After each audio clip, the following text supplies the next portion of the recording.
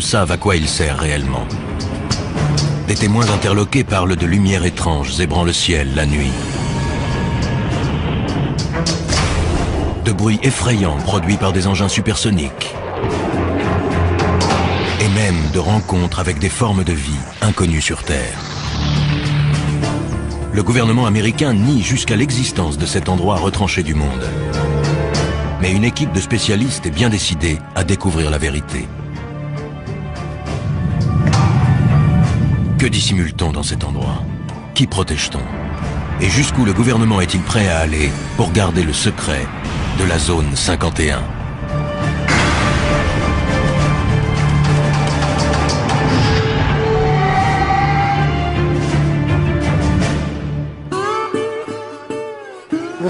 Ce qui est troublant, c'est qu'on nie son existence. La zone 51 ne ressemble à aucune autre base militaire américaine.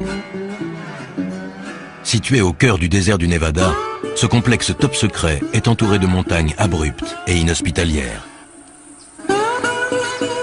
Il est protégé par un système de sécurité infranchissable qui le soustrait au regard des curieux, mais aussi, comme le reprochent certains, au contrôle de l'État. Des avions très étranges ayant été vus dans le ciel, certains pensent qu'on pourrait y procéder à des essais sur la propulsion antigravitationnelle, un système révolutionnaire relevant autrefois de la science-fiction. Chuck Clark est sans doute le plus grand spécialiste mondial de la zone 51. Astronome de profession et passionné d'aviation, il a toujours été fasciné par cette base destinée, au dire de l'armée américaine, à de simples essais aéronautiques.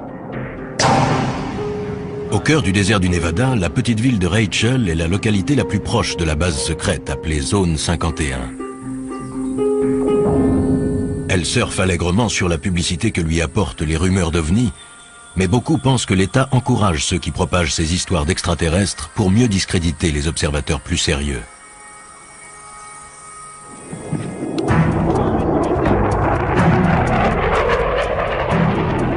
Chuck Clark s'est installé à Rachel pour surveiller et noter les moindres activités de la base. Aujourd'hui, il retrouve l'équipe d'experts qu'il a réunie pour tenter pendant 24 heures et en utilisant tous les moyens légaux possibles de mener l'enquête la plus complète jamais réalisée sur la véritable nature de cette base mythique. Leur mission, une journée et une nuit à l'affût du moindre indice, pour découvrir ce que l'État cache derrière les murs de la base militaire la plus protégée au monde.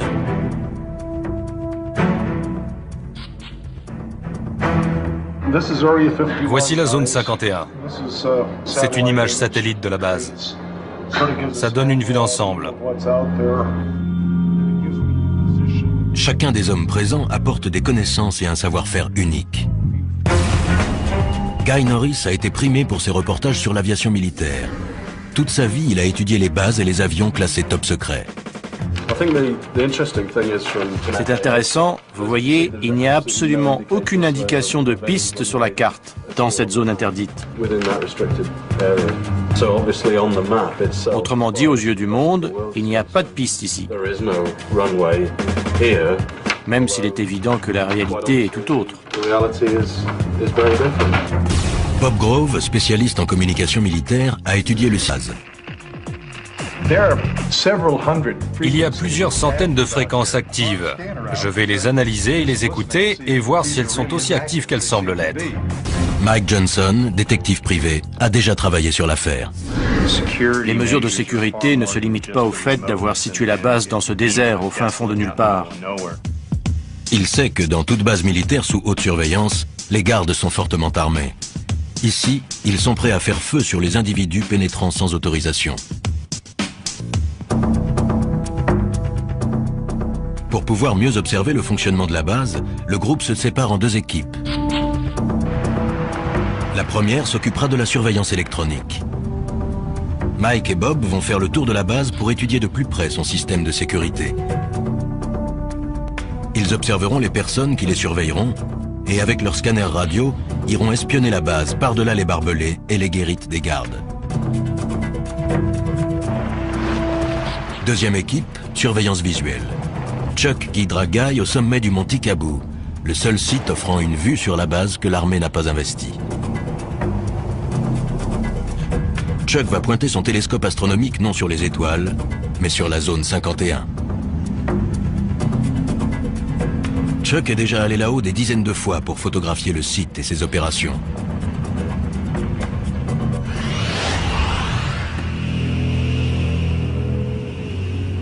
Il y a 10 ans, pour sa retraite, il est venu s'installer à Rachel pour étudier les derniers modèles de l'aviation militaire. Ses observations l'ont amené à constater que derrière les murs de la zone 51, la base règle et un commandement bien particulier, à l'abri des regards indiscrets et au-dessus des lois.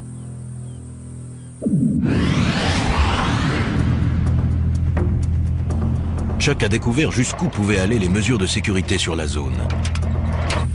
Un jour, alors qu'il marchait dans le désert, il est tombé sur ce qu'il croyait être les débris d'un avion.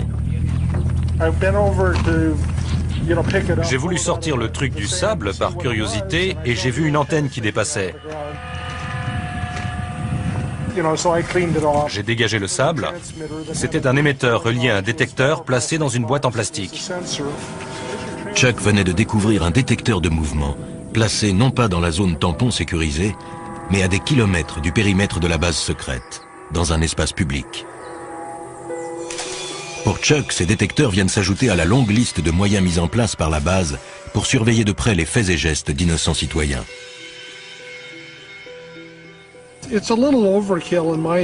C'est exagéré. Ils ont une zone tampon de 40 km. Plus on s'approche et plus le terrain est impraticable. Je ne comprends pas pourquoi ils vont installer ce genre d'appareil en dehors de la zone.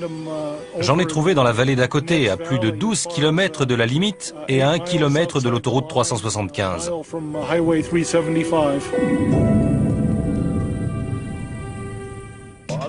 Bien décidé à dénoncer les agissements de l'armée, Chuck fait appel à un célèbre journaliste d'investigation, George Knapp. On a mis une demi-heure pour trouver le premier détecteur, 5 minutes pour le second.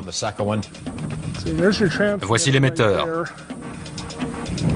Et un peu plus loin, il y a le temporisateur.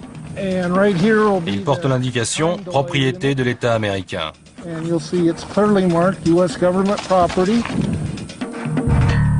Au total, les deux hommes découvrent plus d'une dizaine de détecteurs destinés à transmettre des informations à la zone 51.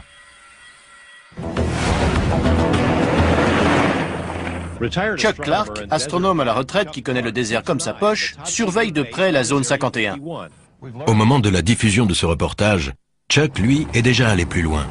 Il a découvert un moyen de franchir les barbelés et de pénétrer à l'intérieur de la base sans se faire arrêter.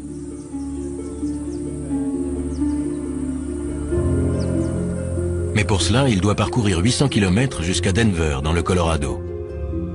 Ce bâtiment d'allure banale renferme des technologies ultramodernes mises au point par les militaires qui dirigent la zone 51.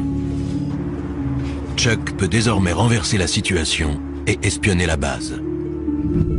En effet, la société Space Imaging possède et exploite ICONAS, le premier satellite commercial à haute résolution.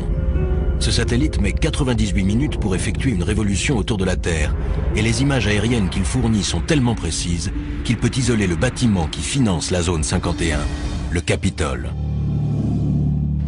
Chuck, pourquoi cet intérêt pour cette zone? Je me suis installé là-bas il y a 10 ans, et quand je n'observais pas les étoiles et le ciel, je pointais mon télescope sur la base. Ça doit leur plaire. Ils adorent.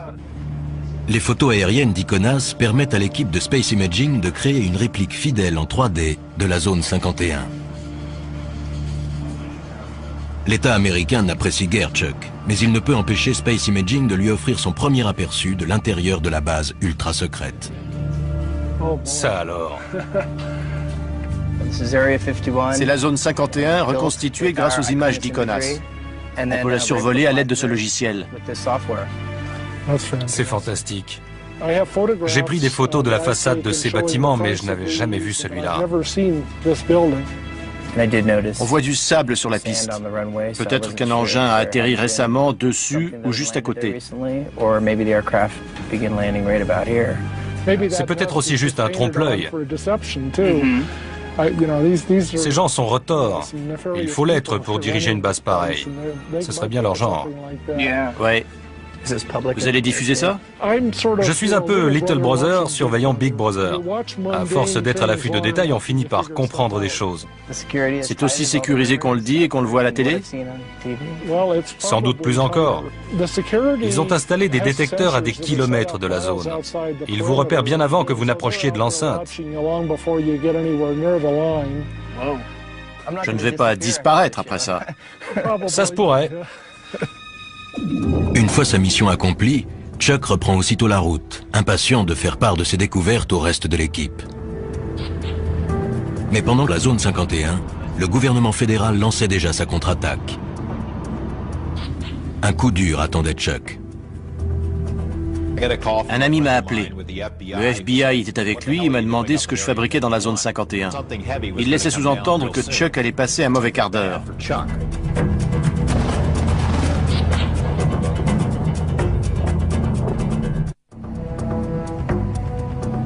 Perdue dans le désert du Nevada, la zone 51 est un site d'essai militaire secret. Elle est à l'abri des regards indiscrets grâce à une zone tampon de 40 km, des montagnes et un environnement inhospitalier. Deux équipes d'enquêteurs ont décidé d'épier et de noter les moindres mouvements et les moindres bruits. Si tout se passe comme prévu et si les gardes de la base les laissent tranquilles, les deux équipes se retrouveront 24 heures plus tard. Chuck Clark et Guy Norris vont s'installer au sommet d'une montagne munis d'un télescope et d'un appareil photo. On est au milieu de nulle part. On est à 35 km dans l'arrière-pays. Le plus dur les attend encore. Ils ont devant eux 2 bonnes heures de marche pour gravir le mont Tikabou. Ça fait combien de haut? Un peu moins de 2500 mètres. On est à 2100 ici. Là, on est vraiment tout seul, non? Ça, c'est sûr. On sera dans de beaux draps si on se casse une jambe. Chuck Clark va au-devant de graves ennuis. George Knapp ayant révélé qu'il avait découvert des détecteurs de mouvement cachés hors du périmètre légal de la zone 51, le FBI a décidé de lui donner une leçon.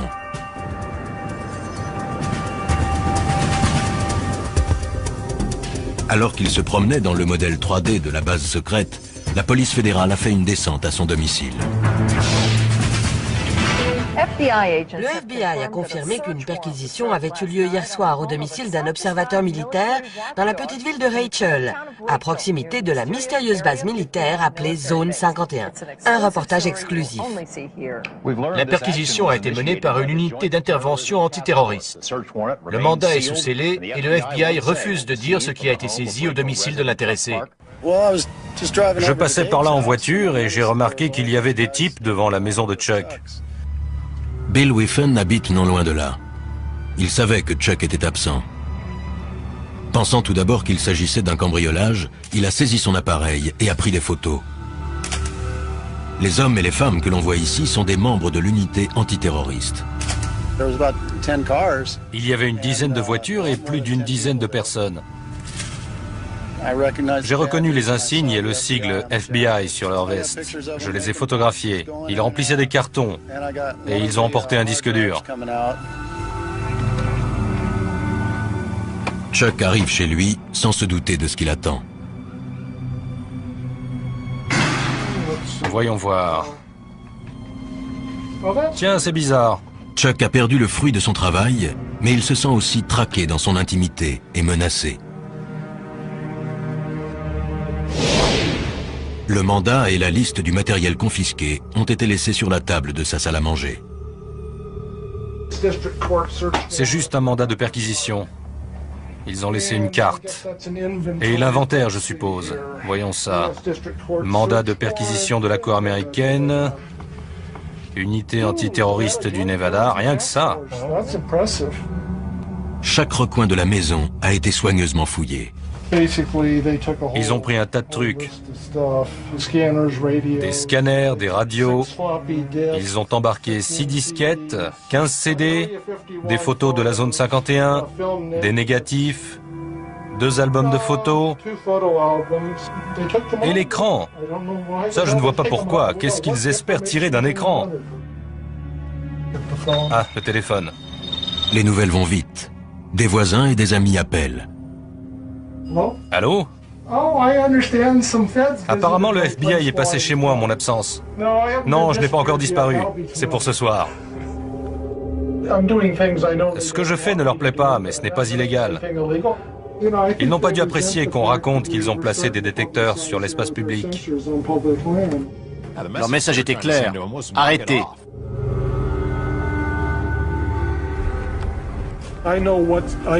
Je sais jusqu'où je peux me permettre d'aller légalement.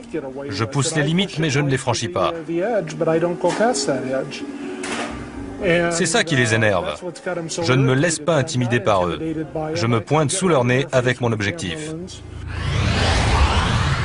Conscient que l'État enquête sur Chuck, ses coéquipiers, le spécialiste de la sécurité Mike Johnson et l'expert en communication Bob Grove, poursuivent leur mission.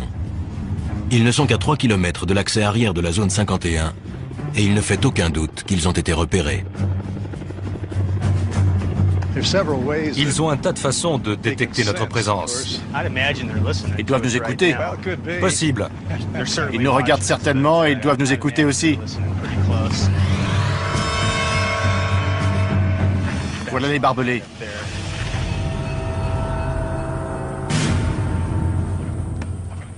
Les deux hommes décident de longer les barbelés sans quitter des yeux le bâtiment des gardes. Voyons ce qu'on va trouver. Il y a des détecteurs sur la clôture là-bas.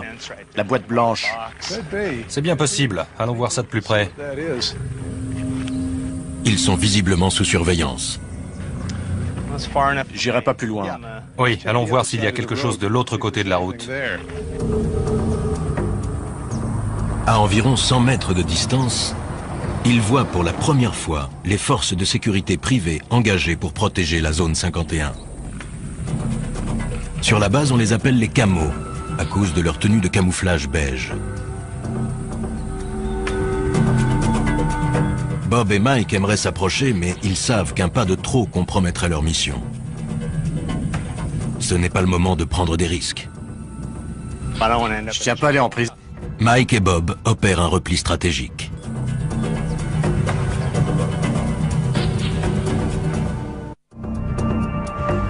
Nos enquêteurs souffrent des rigueurs du climat désertique. Ils réalisent que 24 heures est un délai bien court pour tenter de découvrir les mystères d'un lieu dont l'État continue de nier l'existence. J'aurais dû m'entraîner. Sur la montagne, Chuck et Guy ont entrepris l'ascension du mont Tikaboo par un sentier dangereux. Ils portent un télescope de 20 kg et du matériel pour affronter la nuit froide. Les 800 premiers mètres jusqu'à la crête sont tuants. Le chemin est raide et glissant. Et ça ne va pas en s'arrangeant. Leur destination, le seul site d'où l'on puisse avoir une vue en surplomb de la zone 51.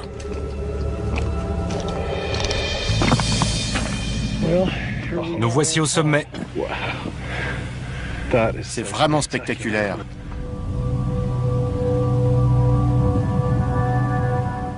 Alors, ça valait la peine. J'ai du mal à exprimer ce que ça me fait d'être là. C'est bizarre. On est là, sur la planète Terre, mais on a l'impression d'être à la lisière d'un autre monde. À travers la brume de chaleur, c'est bien un autre monde qu'on aperçoit. Un monde que l'État américain a cherché à soustraire au regard des curieux. Je vois des bâtiments qui brillent au soleil et j'aperçois une des pistes. C'est incroyable. Je n'en crois pas mes yeux. C'est inimaginable. Depuis le temps, c'est vraiment incroyable. C'est pas un mythe. Non, ça existe vraiment. Chuck et Guy se hâtent d'installer leur équipement. Car ils savent parfaitement que si d'ici ils peuvent voir la base, elle, peut également les voir. Ils sont à 40 km de la zone 51 et comptent sur le télescope de Chuck et son appareil photo avec téléobjectif pour espionner et consigner la moindre activité se déroulant là-bas. Avec le téléobjectif, l'image sera grossie jusqu'à 50 fois. Je vois. Les deux hommes savent que la base sert à tester des technologies modernes et ultra secrètes, dignes des récits de science-fiction. Sur ce qu'ils peuvent bien faire là-bas, on les soupçonne de plus en plus de travailler sur la propulsion antigravitationnelle. La quête du Saint Graal de l'aéronautique serait sur le point d'aboutir. On parle d'expérience sur l'antigravitation et j'ai vu 2 ou 3 trucs. Quel genre? Des objets qui s'élèvent lentement et restent en suspension durant quelques minutes, filent dans le ciel et puis s'arrêtent instantanément ou font demi-tour à toute vitesse. C'est incroyable. On ne sait jamais à quoi s'attendre. Ils testent toutes sortes de choses ici. En contrebas, dans le désert, déguisés en simples campeurs, Bob Grove et Mike Johnson s'apprêtent à écouter tout ce qui entre ou sort de la zone 51. Ils n'auront pas de vue directe sur la zone, mais Bob pourra écouter toutes les transmissions. Si un phénomène quelconque se produit, on peut le mesurer physiquement grâce à tout un tas d'instruments. Celui-ci, par exemple, vous entendez le bruit qu'il fait? Ça indique la présence d'émetteurs, ce qui est le cas puisqu'on porte tous les deux des petits micros sans fil.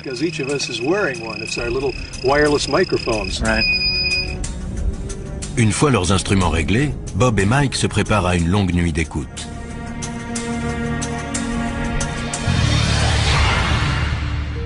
Au sommet du mont Tikabou, Chuck Clark et Guy Norris ajustent la position du télescope. Si un événement se produit, ils n'auront que quelques secondes pour réagir. C'est une nuit sans lune. On a plus de chances qu'il se passe quelque chose, non? Ça augmente les possibilités. Ils ne prendront pas le risque de faire des essais au clair de lune. Moins la lune est visible et plus on a de chances qu'ils en fassent.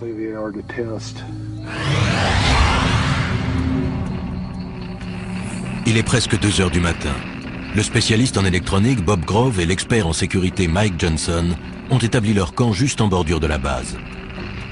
L'équipement radio ultra perfectionné va repérer toute activité au sol ou dans les airs.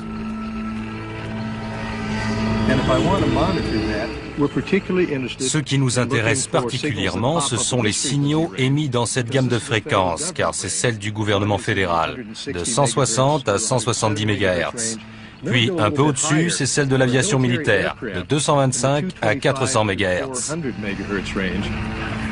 Ils entendent tous les sons émis dans la zone 51.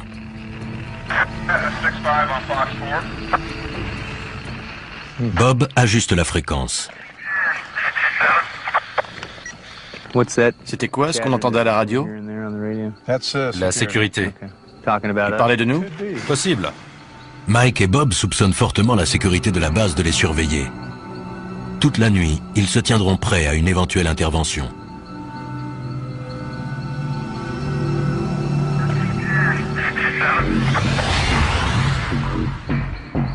De leur côté, Chuck et Guy voient des lumières s'allumer.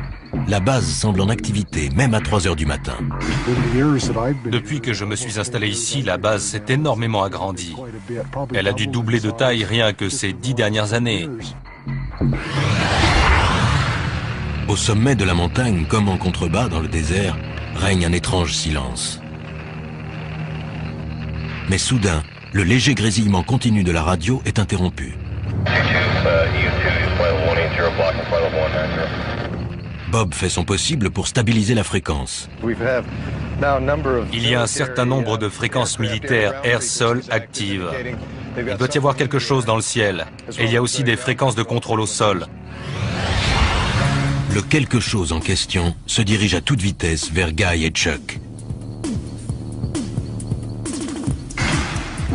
Il y a un point très brillant dans le ciel, juste au-dessus de nous. Vous avez vu ça? C'est fou. Il est toujours là. Il se dirige vers le nord, on dirait. Incroyable. C'était extrêmement lumineux et juste au-dessus du site. C'est peut-être un aéronef éclairé par une lumière directionnelle puissante. Guy espère que l'engin va repasser pour que Chuck puisse le photographier.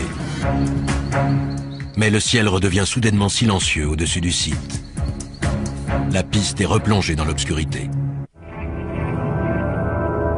5h30 du matin. Le jour se lève. Chuck et Guy jettent un dernier coup d'œil sur la base avant que la brume de chaleur n'obscurcisse l'image. On voit la tour de contrôle à gauche de la colline un peu plus haute, au centre. Elle dépasse de 5 ou 6 mètres. Oui, je vois. On dirait que les véhicules sont sur le côté gauche du nouveau taxiway.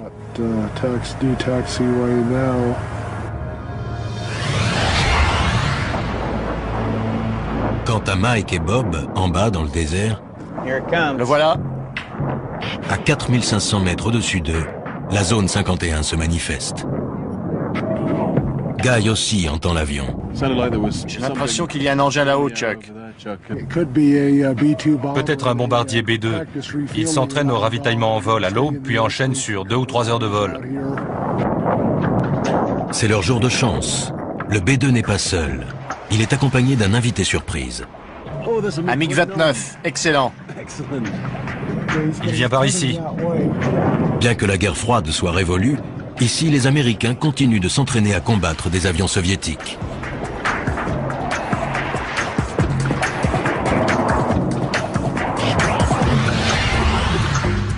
En contrebas, dans la vallée, Mike et Bob sont persuadés que la sécurité de la base les a épiés toute la nuit. Avant de retrouver Chuck et Guy, il leur reste un dernier endroit à visiter. Si j'ai bien suivi les explications de Chuck, l'entrée principale est à une petite quinzaine de kilomètres, en direction de la colline. Alors qu'il s'approche de l'entrée principale, Mike aperçoit une chose surprenante dans son rétroviseur. Un véhicule arrive derrière eux à toute allure.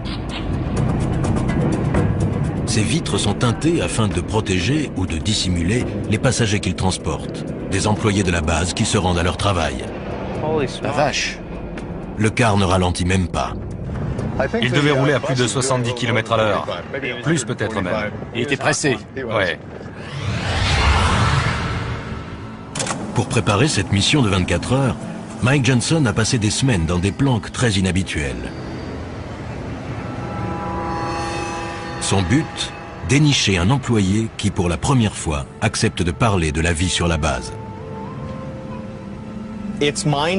Pour un enquêteur comme moi, c'est ahurissant de voir à quel point le secret de ce complexe est bien gardé.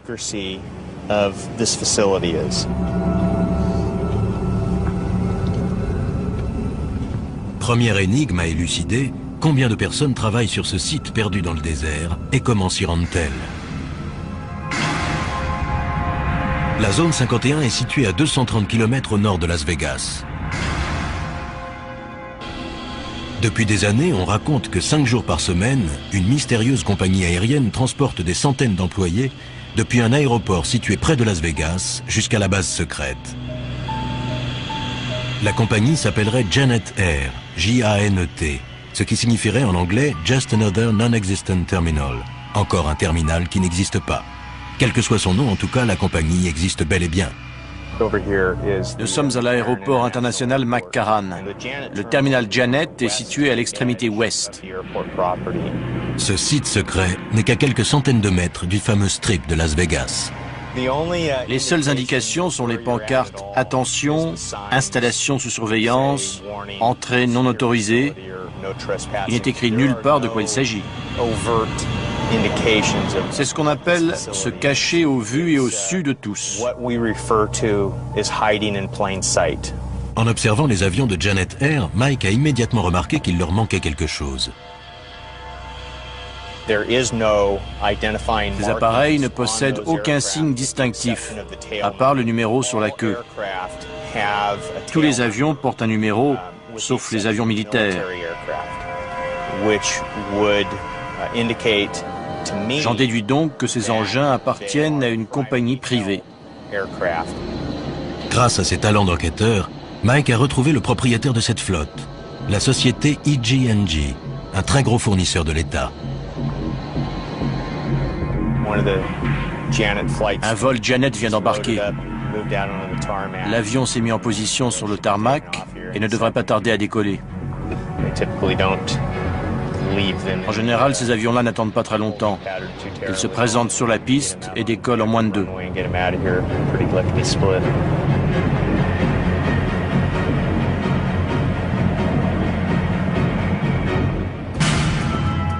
Chaque jour, des centaines d'hommes et de femmes franchissent ces grilles pour aller travailler sur la zone 51.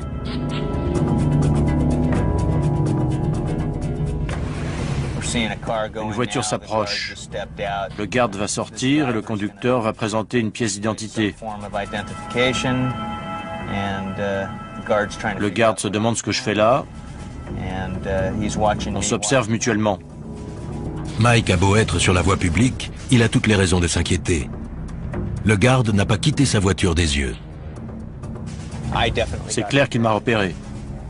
Il sait que je suis là. Ce pourrait être pour Mike l'occasion de tester le cité.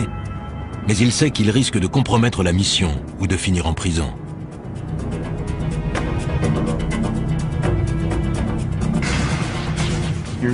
Voilà le pick-up blanc des gardes.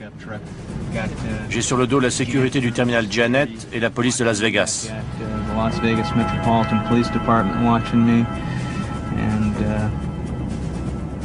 Ça m'étonnerait fort qu'aucun type en civil ou en uniforme ne vienne me demander mes papiers.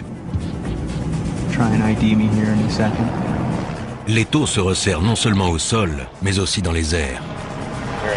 Il y a un hélicoptère au-dessus de nous. Mike préfère battre en retraite. Il reviendra pour poursuivre son enquête lorsque les choses se seront calmées.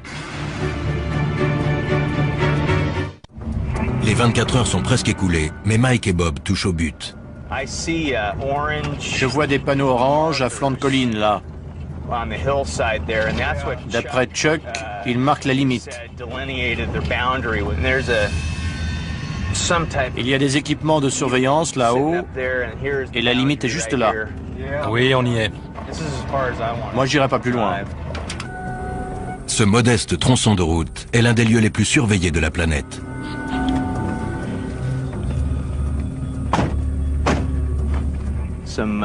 Il y a des détecteurs au sommet de la colline. On dirait qu'ils l'ont mis là-haut exprès.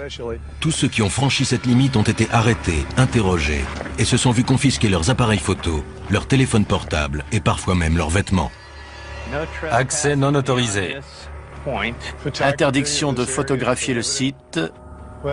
Bon. Ben, on y est. Moi, je ne vais pas plus loin. Si des centaines de personnes travaillent sur la zone 51, pourquoi aucune d'elles n'a-t-elle jamais parlé? Quel genre de menace l'État fait-il peser sur elle? Mike a réussi à découvrir l'adresse de certains des employés qui garent leur voiture dans l'aérogare sécurisé de Las Vegas avant de s'envoler vers la base ultra secrète. Il est temps pour lui de passer à l'étape suivante. Un 4x4 noir franchit les grilles de sortie. C'est peut-être la chance de sa vie. J'ai passé quelques jours en planque à observer ce qui se passait. Grâce à quelques recherches, j'ai réussi à retrouver le propriétaire du véhicule. C'est un employé du site d'essai. Mike est bien décidé à suivre cette personne qui pourra lui dévoiler les mystères de la zone 51.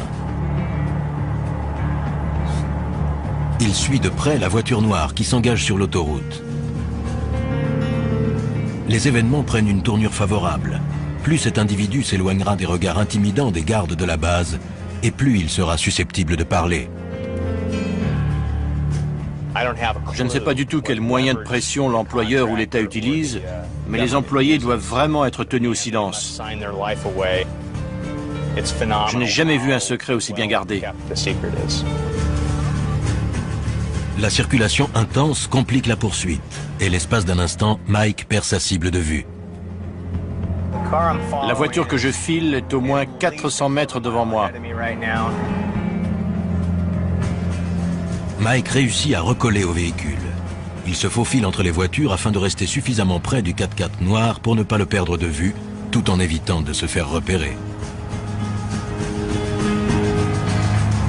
Il est toujours là dans la première file. On va voir si j'ai de la chance.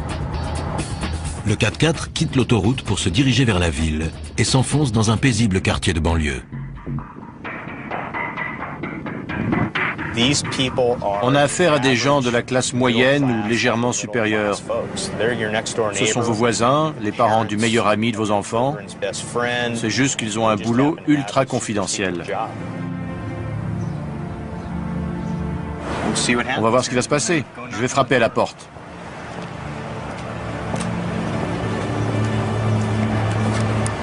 Les réponses aux questions de Mike se trouvent-elles derrière cette porte? Quel secret va-t-il découvrir? Je m'appelle Mike Johnson. Je suis détective. Je ne viens pas vous causer d'ennuis. On a vu votre véhicule sortir de l'aérogare de Janet et on aimerait que vous nous parliez de la zone 51. Pas de commentaire. La porte s'est refermée et voilà. Sa réaction me conforte dans l'idée qu'il travaille bien là-bas. Mais voilà, il refuse de parler. Les règles strictes de confidentialité imposées par l'État sont un obstacle de taille. Mais Mike est patient. Il compte bien trouver quelqu'un qui acceptera de parler. Je vais devoir approfondir les recherches, dénicher un employé mécontent et prêt à parler, ou tout au moins à reconnaître avoir travaillé sur la zone 51.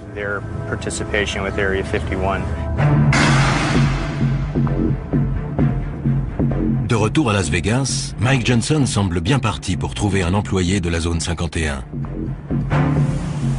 Un informateur lui a suggéré de se rendre dans cet hôtel tout à fait ordinaire. Si ces informations sont exactes, un ancien employé de la zone 51 l'attend à l'étage.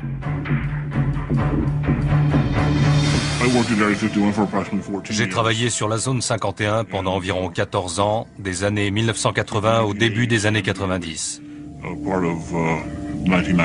C'est gagné. L'homme est prêt à se confier, mais uniquement à condition qu'on taise son nom, qu'on masque son visage et qu'on déforme sa voix. On a mis des vies en danger et compromis, voire brisé des carrières pour garder le secret sur la nature. Mike a planqué des heures durant devant l'aérogare de Janet Air, la compagnie desservant la zone 51. Cet homme l'empruntait 5 jours par semaine. Quand on arrivait, on garait son véhicule et on pénétrait dans le terminal, où nos affaires étaient fouillées. Il vérifiait qu'on ne transportait pas de magnétophone, d'appareils photo ou de choses de ce genre. Monsieur X confirme la précision du modèle 3D de la base reconstituée d'après photosatellite. Oui, c'est tout à fait ça. Il explique qu'à l'intérieur de la base, la peur est omniprésente. Les mesures de sécurité à l'égard du personnel sont bien plus strictes que ce qu'on peut voir à l'extérieur. Quand vous appeliez chez vous, il fallait faire très attention à ce que vous disiez à votre femme ou à vos enfants par rapport à où vous étiez, quand vous alliez rentrer et par quel moyen de transport.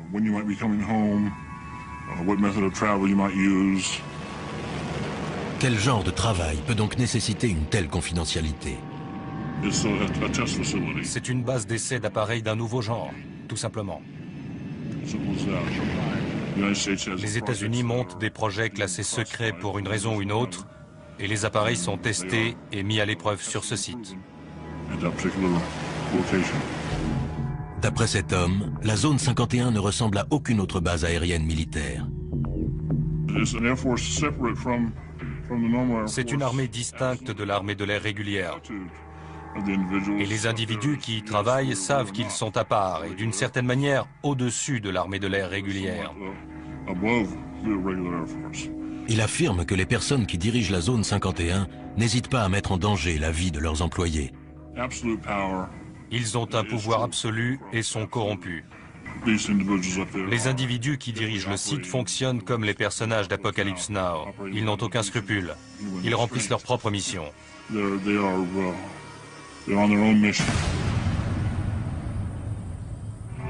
Il ajoute que quiconque critique les procédés est rapidement évincé. Je connaissais un employé qui a exprimé ses inquiétudes concernant le personnel, qu'on exposait à des produits chimiques toxiques, à des déchets dangereux. On lui a répondu que le projet avait pris du retard et qu'il fallait le boucler au plus vite, et que le personnel ne serait pas informé. Quand il a critiqué ça, il a été renvoyé. Il a dû quitter la base. Monsieur X sait les risques qu'il court. Mais il affirme que si la vérité n'éclate pas, la corruption pourrait bien détruire la véritable fonction militaire de la base.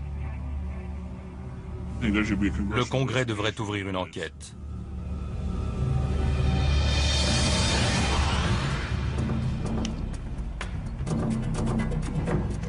Sur le terrain, affamés et épuisés, Chuck et Guy vont devoir à présent affronter une descente raide et délicate. Ils ne seront sûrs d'avoir échappé à la sécurité qu'une fois arrivés sains et saufs au lieu de rendez-vous avec le reste de l'équipe.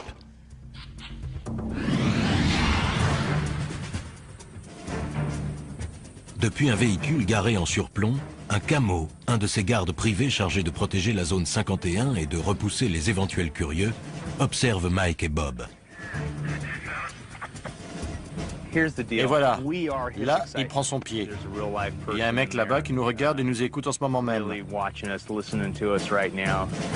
Il doit rigoler en m'entendant parler de lui.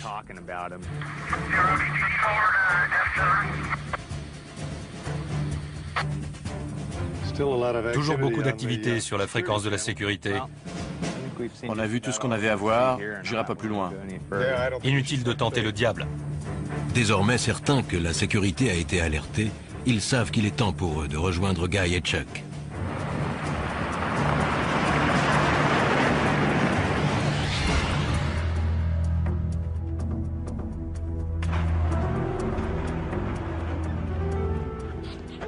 Salut. Vous êtes aussi fatigués que nous? Pire. L'enquête de ces hommes a prouvé que la base était en pleine activité. La radio crépitait, une mission se préparait. On avait une vue excellente de la base. C'était incroyable à une telle distance. Si ce qu'a rapporté M. X est vrai, des hommes comme Chuck Clark et son équipe sont le seul espoir de voir un jour réformer une base militaire qui perd pied avec la réalité à cause d'un excès de confidentialité. Nous sommes la seule superpuissance encore en lice, et pourtant le mystère autour de la zone 51 s'est épaissi au lieu de décroître ces 2 dernières années. Pourquoi? Pourquoi les militaires entourent-ils la zone 51 d'un tel mystère? Est-ce pour protéger la sécurité nationale des États-Unis ou simplement pour couvrir des activités plus troubles? En tout état de cause, le gouvernement reste muet. Alors si vous passez un jour par le désert du Nevada, allez donc jusqu'à la zone 51 et regardez à travers les barbelés qui protègent le site. Car pour Chuck et ses amis, une chose est sûre, si vous cherchez des réponses, c'est là que se trouve la vérité.